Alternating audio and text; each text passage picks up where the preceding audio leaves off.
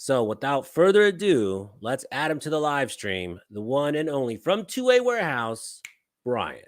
Hey, What's good going on, evening. buddy? First, Well, I well, want to thank you for coming out to my last live event and supporting it. You donated like 750 rounds of ammo, and that's greatly appreciated because 9mm is like gold right now. happy to support, man. We really, it was a good thing for. Really happy to help. Right. Many of your watchers would be interested to hear, what's going on out there. Well, you know what's absolutely crazy and mind-boggling to me is, there's so many gun enthusiasts out here, and everyone is so tight-lipped about what's going on, and we're all in the dark. Most of the people out there that are buying ammo and shooting it, Right. us day-to-day shooters, have no clue what's going on. And when we ask questions, where do we ask them? Yeah, well, I got to tell you, we have to. There's no newspaper report on what's going on out there. It's the information needs to be. We make the determination as to what's going on based on what we're seeing in the market, Right. All right. and we need to assess it ourselves in order to determine what's really going on. Right. There's a little bit of guesswork out there as well. So we do have our first question. 300 blackout subsonic. Are you guys going to be stocking that? Within 2 weeks. Blackout's interesting. It's as we went into this tremendous shortage in the last 2 years, the focus out there was in 9mm and 223 to get that back on the market. I'm not Right. talking just from our position, just for the market as a whole. Um, Blackout was left behind. It's still short out there. It's expensive as hell. Somebody was telling me today there's product listed out there at $1.70 a round, which is just ridiculous. I mean, That's it's just crazy. it's crazy. All right, so supply versus demand. I know demand was super, super high for a long time, and then supply is kind of caught up. Is that what you're seeing? Yeah, I think for the most part, for the core calibers, you're looking at supply is catching up. That kind of takes us into an interesting part of what's going on in the market right now. Um, Excuse me. The core calibers are out there. I mean, we get calls from companies that are telling us they've got 10 truckloads of 9mm or 10 truckload, not truckloads, but 18 wheelers of product coming in, export containers coming into the country. It's not really for 9 and 223. It's not really in short supply. So just circling back to what we were talking about earlier on the 300 blackout, it's in short supply. There are a number of calibers out there, but fewer and fewer that you can't find. Rolling into this Russian war, every time you think things are about to calm down, something picks up the pace of the purchases. There's a lot of even though the market's calming down to some degree, product is still flying at ridiculous rates.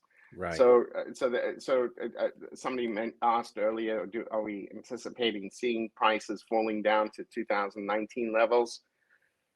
Uh, the one thing that's going to bring prices down to 2019 levels, maybe, and I'll give you a caveat on that, is if the consumers stop buying. The one thing that keeps prices up is the fact that is that the demand is there, it's consistent. Uh, the product it just keeps moving. If the consumers, there is way more capacity online than I would imagine ever. There's Mhm. product coming in from Kyrgyzstan, uh, uh, uh, volumes from Turkey, volumes from this product coming in from India. Just the places you would never think to see their ammunition in the American consumer markets. That ammunition is here. India. The India, this product coming in from India, Kyrgyzstan. Does Kyrgyzstan fall under that Russian ban? It does not. It does not. You know, going back to the Russian ban, and I know we would get to this somewhere in the conversation, but just talking about pricing, and I don't know if I'm putting this into the right context, but the biggest earthquake we can yet see, which is likely to hit the U.S. market, is, as I said, it's a little bit difficult. There's no newspaper with information, but we estimate that 20% of the overall United States market is supplied by Russian with Russian ammunition. It's going to be inevitable that they shut down the Russian goods coming into the country. 20% of the overall market. If we're wrong, maybe it's 10%, maybe it's 25. Those goods are going to disappear overnight. Many people may recall Biden came out and basically said no more permits for Russian goods. Immediately, I mean, nobody knew what this meant. I mean, what did he mean by no more permits? Did it mean that they wouldn't allow or permit any more product into the country? Essentially, what they, after some lawyers looked at it, what it was all about is they're saying, if you hold a permit to import Russian ammunition, you got 2 more years, because the permit lasts 2 years, to import product, and they will not issue you a new permit to import within 2 years. So essentially, there was a panic. The Russian goods disappeared off the market, and then they kept coming, and the Russians, being aware that they're on a ticking clock as far as their access to the U.S. market, they were dumping massive volumes of product into the market, and that product is in the market today, and keeps coming. Although, again, earthquake to come, is that as we move forward here, it is very likely that supply will switch off sometime soon. Soon as in like a few months, or by the end of the year? I would imagine that as this war continues, and I don't think it's going to, as long as the war continues, I think at some point there's the U.S. government is going to switch off. It's going to be part of the sanctions, and they're going to no longer allow Russian ammunition to be imported into the United States. Essentially, what they're doing is they're getting hard currency for it, and whether the hard currency is going directly back to Russia or going through some other routing, they're getting hard currency for their ammunition, and I don't think that that's what the United States government probably wants. That's going to push pricing way up for everything. Now, is ammo like oil? Is there speculative pricing? Because if there's a rumor that oil goes down, it goes down. As an old commodity trader, I don't see it that way. I don't see, like any market, you got people buying product and speculation that it may be going up. And then, of course, you can see it from the consumer side. Consumers are going to buy it with an anticipation it's going to go up, or stop buying it in anticipation that it's going to come down. But I don't see it quite along the lines of like a regular commodity like that. The reason prices are up is because, as we went through the last 2 years, every single component, 4 components, primers, powder, projectiles, and cases, every one of them had their issues. Everyone, there were supply issues, lack of supply, massive logistics issues. I mean, trust me, I know. Yeah, I mean, to move, just to give you one example, typically to move a container of ammunition out of Europe should cost $15,000 to move a container. $15,000 equates to, in one container, there's 1.5, 1.4, 1.3 million rounds of ammunition. You're talking about a penny a round.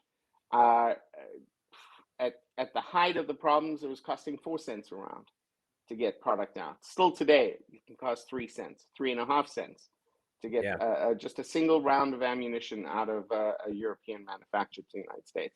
Logistics problems then, and then of course demand went through the sky. Whether it was projectiles or primers, which is a whole other headache, and now gunpowder, which is a whole new headache.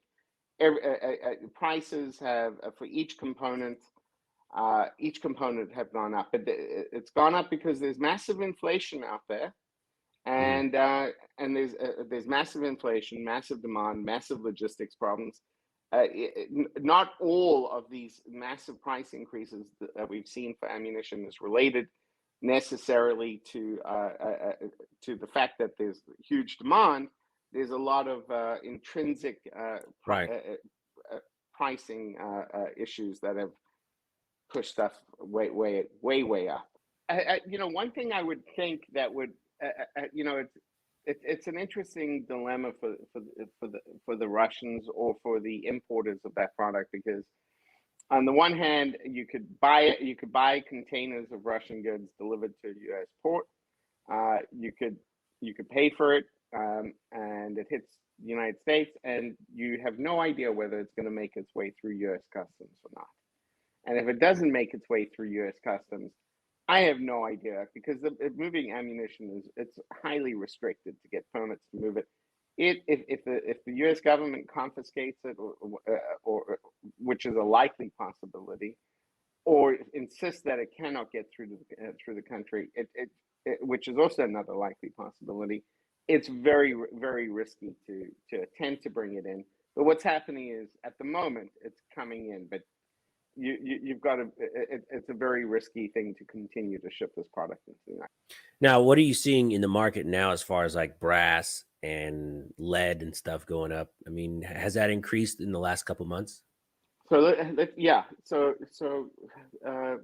pre-COVID. Sorry, I keep going back to pre-COVID, but Mm. pre-COVID, copper, which consists of 70% of brass case, is made of C260 alloy brass. It's 70% copper, 30% zinc. Copper, the copper portion, which is 70% of it, was $2.50 a pound pre-COVID. Today, copper is bouncing up right at approaching $5. It's doubled, So which it's is double. ridiculous. Historical highs, never seen before in the history of the planet. Zinc prices are. They trade in it trades in dollars per metric ton. It's over $4,000 as of recently. Probably doubled as well. Yeah, that sounds about right. Also doubled. So price of a case is doubled. And Wow. if just as what we're seeing as far as cases, there's a lot of cases starting to come in import now, and they are that price. Some things are pushing prices up, some things are pushing prices down. Cases coming into the country, imported into the country, are probably going to start pushing cases down. Case cost down, but it's restricted to 9mm, maybe 380, but not many other calibers.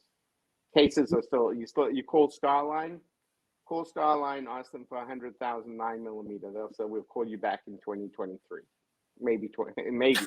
Oh, man. One interesting, just talking about the market in general. We recently attended a conference in Germany. It's the EWA conference, which is the European equivalent of the SHOT Show. The largest gunpowder manufacturer in Europe. We had a conversation with them, and they basically said, "Don't call us until 2024." Sold out of gunpowder until 2024. They'll talk to us for 2024. If 6.2x39 becomes an American-produced bullet, it's going to get a lot more expensive. Right. Right. So should I just be trying to buy as much as I can now while it's in the market? I think you got to buy for the. If it depends when you want it. If you want it in 2023, the chances are you're going to see the lower pricing. Chances are. If you want it in three, it's like, is the Russian earthquake coming? Where all of this cheap steel 39 is gonna just evaporate like in a matter of days, because there's massive amounts for sale. If they shut off the spigot and do not allow any more into the country, you're not going to see any more Russian goods for a long time. Buy a year's worth now. Buy if you're happy with the Russian quality and it doesn't bother you, buy that now. With American qualities coming, American products coming online. So there'll be products out there, but it's likely to be very expensive, especially if the Russian goods are shut out. So probably now would be that, it's all speculation, but probably now is probably the best time to buy it if you're going to use it over the next year. I knew it. You were getting around to saying that. I knew it. Yeah, probably so. And maybe No. the Russian goods don't get shut down, and maybe I'm completely wrong then. All right. So everyone go out, buy as much 7.6239 as you can. Let's buy it. I never said that. I never said There's going to be a rush in the market. We need to beat it. I My never said that subscribers. either.